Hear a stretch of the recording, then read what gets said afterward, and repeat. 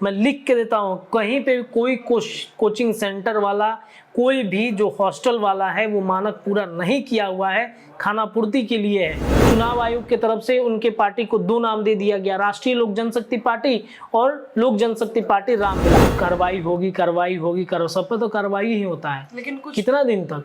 1 महीने तक, 1 हफ्ते तक, 1 साल तक। कहीं कुछ अनहोनी घटना घटे तो कहाँ जाएंगे छात्र छात्राएं?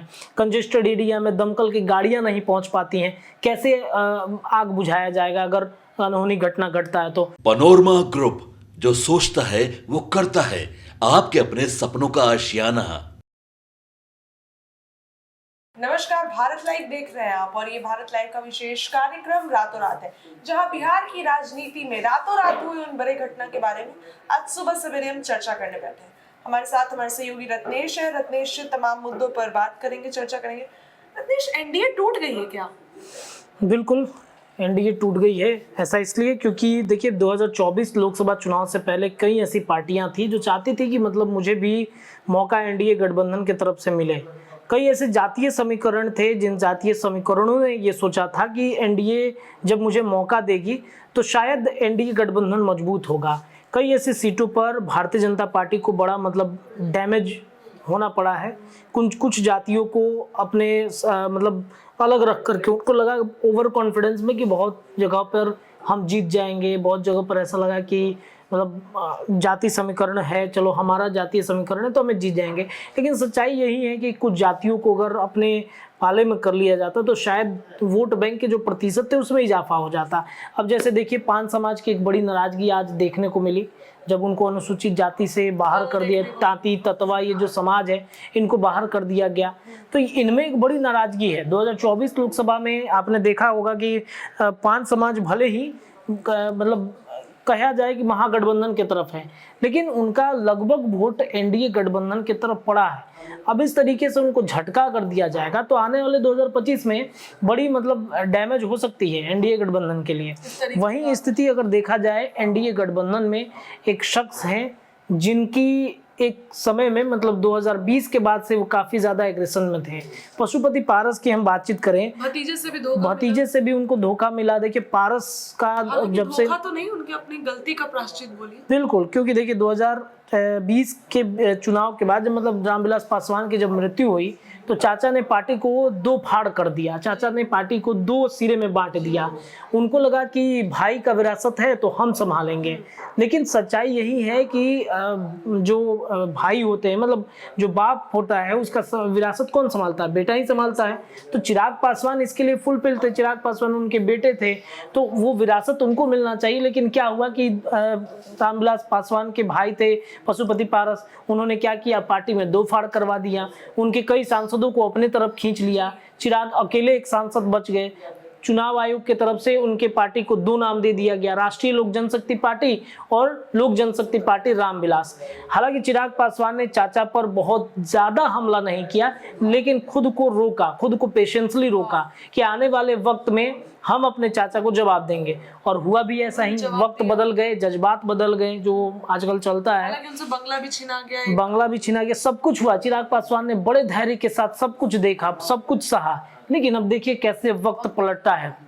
पशुपति पारस जो है उनकी पार्टी से किसी भी व्यक्ति को टिकट नहीं दिया गया। अंततः हुआ ये कि जो उनके सांसद थे, वो जो चिराग पासवान पर हमले कर रहे थे, वो सांसद चिराग पासवान के साथ आ गए। वीणा देवी उनमें एक बड़ी एग्जांपल है। वीणा देवी पशुपति पारस गुट में थी, लेकिन जब ऐसा लगा कि पारस गुट में किसी को भी टिकट नहीं मिल रहा है तो वो वक्त का फायदा उठाती हैं और चिराग पासवान के पास चली जाती हैं और कहती हैं कि नहीं, हम आप ही के पार्टी से लड़ेंगे। हालांकि चिराग बहुत ज्यादा भरोसा नहीं कर रहे थे, क्योंकि जिस समय पार्टी टूट रहा था चिराग को लगा कि सारे सांसद जो उनके पिता की वजह से जीते हैं वो सभी सांसद इनका समर्थन करेंगे। लेकिन उन्होंने भी चिराग पासवान का समर्थन नहीं किया, वो सभी चले गए पारस गुट में। तो बहुत ज्यादा भरोसा चिराग पासवान को नहीं हो रहा था वीणा देवी पर। लेकिन चूंकि उन्होंने पैरवी लगा दिया अमित शाह से, उन्होंने पैरवी लगा दिया नरेंद्र मोदी से, इस वजह से उनको टिकट देना पड़ा। और देखिए चिराग पासवान की वजह से कहीं ना कहीं वीणा देवी को एक बड़ी जीत भी मिली है। अब क्या स्थिति हो गया है कि पशुपति पारस बिल्कुल अलग थलग पड़ गए हैं। नरेंद्र मोदी से मुलाकात करते हैं, अमित शाह से मुलाकात करते हैं, उनको लगता है कि बीजेपी में वो शामिल रहेंगे।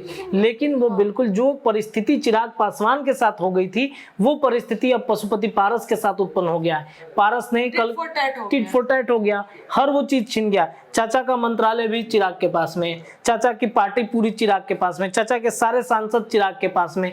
अब बच गया एक बंगला जिसको लेकर के चर्चा चल रही है, हालांकि वो भी जाने वाला है, लेकिन देखिए उसमें बड़ा मतलब अभी भी पेच फंसा हुआ है।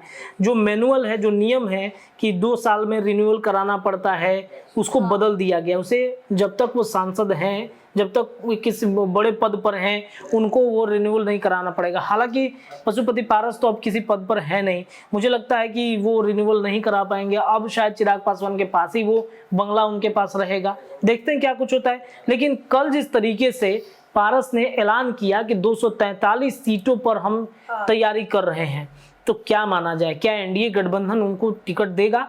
क्या एनडीए गठबंधन ये चाहेगा कि चिराग पासवान के एक बड़े नेता कहीं ना कहीं बन चुके हैं बिहार के राजनीति में? न सिर्फ पासवान के, बल्कि आपने देखा अगड़ा पिछड़ा सभी के वो नेता बन गए हैं, सबके चेहरे वो बन गए हैं। तो पासवान मतलब अब चिराग पासवान ही सब कुछ मान रहे हैं, सब कोई मान रहा है। पशुपति पारस का बहुत बड़ा जनाधार रह नहीं गया है, इस वजह से पारस पर भरोसा नहीं करेगी एनडीए गठबंधन।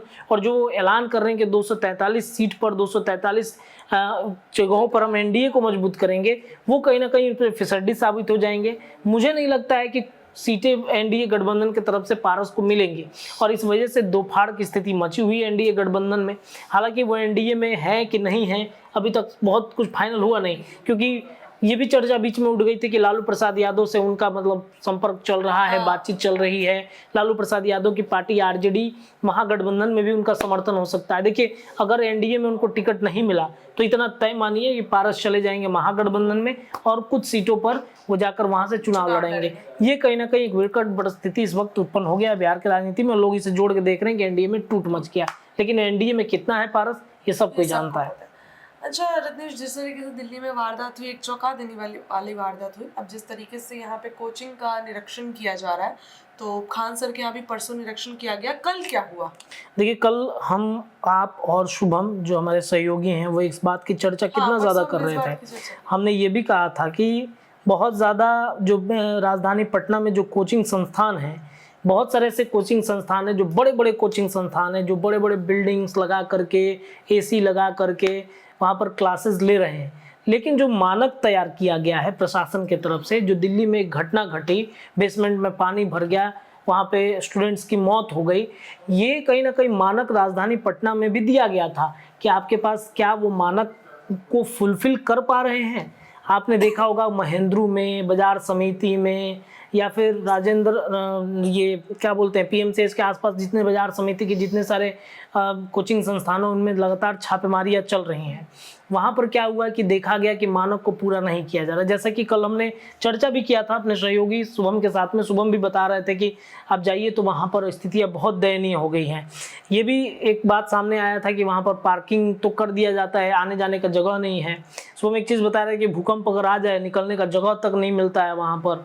तो ये एक मानक है कि इमरजेंसी गेट तक नहीं है, कहीं कुछ अनहोनी घटना घटे तो कहाँ जाएंगे छात्र छात्राएं।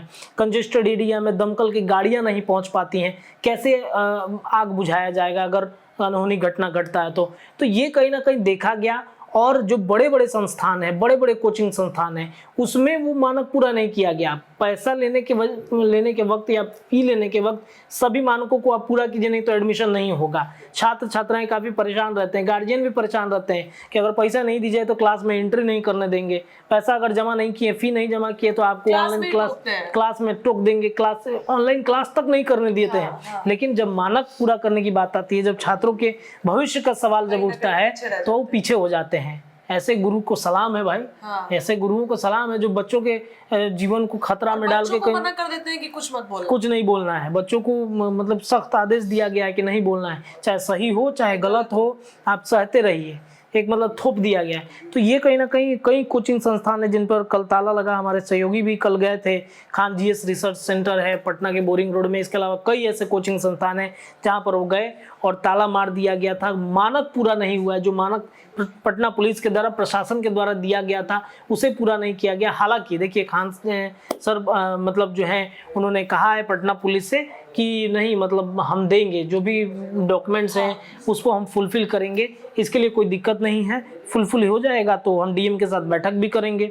और ताला जो है न सिर्फ उनके कोचिंग संस्थान पे बल्कि कई कोचिंग संस्थान, लाइब्रेरी, हॉस्टल्स तक ये बातें पहुंच गई हैं, वहाँ भी कहीं ना कहीं ताला लटका हुआ नजर आ रहा है। लेकिन रत्नेश, ये मैं पूछूंगी कि भले एसडीएम खान सर के कोचिंग में पहुंचे, लेकिन वहां पे भी जो नॉर्म्स उसको वो कोचिंग पूरा नहीं कर रहा था। कहीं पे भी पूरा नहीं है, कहीं पे भी पूरा नहीं है। राजधानी पटना के जितने सारे कोचिंग संस्थान हैं, मैं लिख के देता हूँ, कहीं पे भी कोई कोचिंग सेंटर वाला, कोई भी जो हॉस्टल वाला है वो मानक पूरा नहीं किया हुआ है। खाना पूर्ति के लिए है, अग्निशामक विभाग की गाड़ी पहुंचाने के लिए, या फिर वहाँ पर जो मेडिकल किट रखेंगे सिर्फ दिखावा है। अच्छा, गाड़ी पहुंचने की भी जगह नहीं है, कोई भी मानक पूरा नहीं है। मुझे लगता है ऐसे कोचिंग संस्थानों को बंद करवा देना चाहिए। अगर जगह नहीं है तो क्यों भाई बच्चों का भविष्य खतरे में आप डालेंगे। हंसता हुआ है, क्यों बच्चे सहेंगे। तो ये कहीं ना कहीं अब देखिए कोचिंग संस्थान वालों के साथ में मुझे लगता है कि बैठक भी होगा, और इस बैठक में क्या कुछ फैसला होता है ये हम देखेंगे। जो भी अपडेट होगा हम अपने दर्शकों को बताएंगे। लेकिन इतना समझ लीजिए कई जगहों पर ताला लग चुका है, फुलफिल नहीं हो पाया है। देखिए क्या क्या मानक है, पहले तो ये जान लेना जरूरी है नियम क्या क्या बनाए गए हैं। सबसे पहले क्लासरूम में बैठने की जगह प्रति छात्र से कम 1 वर्ग मीटर होना चाहिए, मतलब एकदम सट के नहीं बैठना चाहिए। दूसरा हो गया कोचिंग सेंटर के पास फायर और बिल्डिंग सेफ्टी सर्टिफिकेट होना चाहिए। तीसरा, सेंटर पर फर्स्ट एड किट की व्यवस्था होनी चाहिए, जो मेडिकल किट होता है उसका व्यवस्था होना चाहिए। सेंटर परिसर में सीसीटीवी कैमरा लगे होने चाहिए। क्लासरूम में इलेक्ट्रॉनिक की व्यवस्था होनी चाहिए।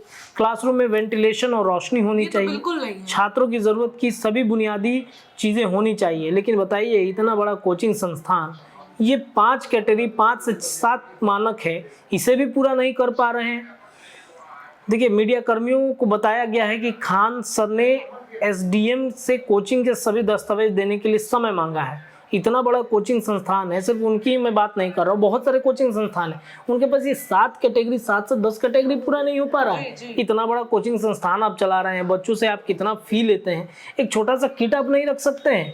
ये बेहद कहीं ना कहीं दुखद बात है कि इस तरीके की चीज़ें हो रही है, लेकिन सुधारना बेहद ज़रूरी है। शिक्षक हैं, गुरु हैं, बच्चों को ज्ञान देते हैं। मुझे लगता है कि बहुत जल्द सब कुछ सही हो जाएगा और जो कोचिंग सेंटर्स हैं वो कहीं ना कहीं मानकों को पूरा करेंगे और आगे भी ध्यान रखेंगे, ना सिर्फ ये 1 हफ्ता महीने दिन के लिए नहीं, आगे भी भविष्य के लिए भी ध्यान रखेंगे। जी अच्छा, जिस तरीके से वारदात हुई है इसको लेकर तमाम बिहार के भी जो मंत्री हैं या फिर बिहार सरकार एक तरीके से अलर्ट हो गई है। जदयू में कल जनता दरबार था और जनता दरबार में सुनील कुमार पहुंचे थे, शिक्षा विभाग के मंत्री। क्या बोल रहे थे? मंत्री लोग का आँख खुलता है जब घटना हो जाता है तब। उनके बात पे बहुत ज़्यादा भरोसा है नहीं। कार्रवाई होगी सब पे तो कार्रवाई ही होता है, लेकिन कितना दिन तक, 1 महीने तक, 1 हफ्ते तक, 1 साल तक, या भविष्य के लिए भी ये बहुत भरोसा करने लायक बातें नहीं है कि कार्रवाई होगी। वो क्या है, सरकार में है, मंत्री हैं तो उन्होंने फुलफिल कर दिया बोल करके कि हाँ अब कार्रवाई हम करेंगे, कोई दिक्कत नहीं है, सब कुछ ठीक है। लेकिन कब कीजिएगा? एक और घटना का इंतजार कर रहे हैं क्या? एक और घटना का इंतजार होगा तब होगा क्या? कार्रवाई करना बेहद ज़रूरी है। जो लोग भी जो मानक को पूरा नहीं कर रहे हैं उन पर दबाव डालना होगा, एक नियम कानून के तहत उन पे फाइन मारना होगा। और एक जो मैंने बातें कही कि भाई एक एग्रीमेंट साइन कराना होगा, सरकार को भी, गार्जियन को भी बैठा के साइन कराना होगा कि जब तक ये फुलफिल नहीं हो जाता बच्चों को हम फी तक नहीं देंगे। इस तरीके से कीजिए, फी तक हम नहीं देंगे बच्चों को, तब जाके ये कहीं ना कहीं परिस्थितियां यहाँ की बदलेंगी। राजधानी पटना की, पूरे देश भर में ये परिस्थितियां बदलेंगी और तब जाके सब कुछ सुधरेगा, तब जाके पटरी पर आएगा। खाना फुर्ती के लिए नहीं कि हम कार्रवाई करेंगे, ऐसे करते करते कितना हादसा हो गया, अब तक हो चुका है। तो ये कहीं ना कहीं सरकार को बेहद ध्यान देने की जरूरत है। अच्छा, आखिरी में सवाल पूछूंगी आपसे, जिस तरीके से राजद का कोई कार्रवाई, कोई भगदड़ मच गई है राजद में, क्या कुछ हो गया? राजद देखिए पार्टी है, बहुत बड़ी पार्टी है। तेजस्वी यादव बिहार की राजधानी पटना में है और तेजस्वी या फिर राजद क्यों हारी है इसका ठीकरा जो है अपने कार्यकर्ताओं पे फोड़ रहे हैं। लोकसभा में बहुत ज़्यादा अच्छा प्रदर्शन नहीं रहा। पहले तो उन्होंने कहा कि मैं विधायकों को टिकट ही नहीं दूंगा इस बार, जिन जिन विधानसभा क्षेत्र में राजद पिछड़ी है वहाँ पर हम विधायक को टिकट ही नहीं देंगे। और अब क्या आता है, अब देखिए क्या आया है कि अनुशासन तोड़ने वालों पर कार्रवाई होगी। लोकसभा चुनाव में भीतरघात, भागलपुर में सबसे अधिक शिकायतें, सारण में भी कई निशाने पर। अब बताइए, सारण में रोहिणी आचार्य, सुनील सिंह, ये लोग थे ना, सुनील सिंह को क्यों निकाला गया? क्या पहले ही उन पे कार्रवाई कर दिया आरजेडी के लोगों ने? क्या सुनील सिंह को ही टारगेट आप लोगों ने कर लिया? इतना मेहनत उन्होंने किया, इतना रोहिणी आचार्य को जिताने के लिए क्या क्या नहीं किया। और अब देखिए, उन पे ये कहा जा रहा है कि लालू यादव की पार्टी जो है अनुशासन विरोधी काम कर रहे हैं कार्यकर्ता, उन पर कार्रवाई निश्चित है। और इसके तहत सबसे ज्यादा सारण में जो है वो मामला सामने आया है कि उन्होंने कई जगहों पर, देखिए कहाँ पर मामला सामने आया, भागलपुर, रोहतास, सारण जैसे प्रमंडल इसमें सबसे आगे हैं। भागलपुर 1 नंबर पर है। यहाँ से कांग्रेस के विधायक अजीत शर्मा लोकसभा चुनाव में महागठबंधन के प्रत्याशी थे। सारण में लालू प्रसाद यादव की बेटी रोहिणी आचार्य चुनाव लड़ रही थी, वो बीजेपी के राजीव प्रताप रूडी से हार गए। सामने विधानसभा का चुनाव है और इसको लेकर के पार्टी अलर्ट मोड पर है। और जिस तरीके से आपने देखा होगा कि प्रशांत किशोर की पार्टी में एक के बाद एक आरजेडी के कार्यकर्ता जा रहे हैं, लेटर जारी करके भेजा गया, चिट्ठी भेजा गया, कह रहे रुक जाइए, कहाँ भाग रहे हैं, हमारे साथ रहिए, उधर कुछ नहीं रखा है, वो प्रशांत पांडे हैं। पहली बार हुआ है। ऐसा पहली बार कोई हो रहा है? अरे रुक जाओ, प्रशांत पांडे है, कहाँ जा रहे हो? अब बताइए क्या स्थिति हो गया पार्टी के अंदर में। तो ये कहीं ना कहीं देखिए, कोई भी चुनाव जीतने के लिए, लोकसभा का या फिर विधानसभा का या फिर पंचायत स्तर की कोई चुनाव, जब तक कार्यकर्ता नहीं लगेंगे, कार्यकर्ता मेहनत नहीं करेंगे, तब तक कुछ नहीं होता है। और उन्हीं कार्यकर्ताओं पे आप कार्रवाई कर रहे हैं, भीतरघात का आरोप लगा रहे हैं, भले उन्होंने किया चाहे नहीं किया। कई लोग टारगेट पर आ गए हैं कि भाई प्रशांत किशोर के साथ न चल जाइए, भीतरघात मत कर लीजिए। जो अच्छे कार्यकर्ता हैं, मुझे लगता है उन पे भी गाज गिर सकती है। तो ये स्थिति है बिहार में। आज देखते हैं क्या होता है, दिन भर में जो चर्चा होगी हम करेंगे पूरे। बहुत बहुत धन्यवाद अवधेश। देखिए, तमाम मुद्दों पर हमने रातों रात में चर्चा की। फिलहाल रातों रात में इतना ही। बने रहिए भारत लाइव के साथ। बहुत बहुत धन्यवाद। पनोरमा ग्रुप, जो सोचता है वो करता है। अगर ये वीडियो पसंद आई और वह बिहार के राजनीति और बिहारियत से सरोकार रखेनी तो सब्सक्राइब बटन दबा के चैनल के सब्सक्राइब कर ली। ओजे एगो घंटी बा, ओकरा बटन दबा देला से कुल सटीक और मारक खबर रुआ मुफ्त में मिल जाई। अगर रुआ पत्रकारिता के हमनी के नया प्रयोग में सहयोग कर चाहतानी तो ज्वाइन बटन दबा दी। पेटीएम नंबर नोट कर ली 9386816700। धन्यवाद।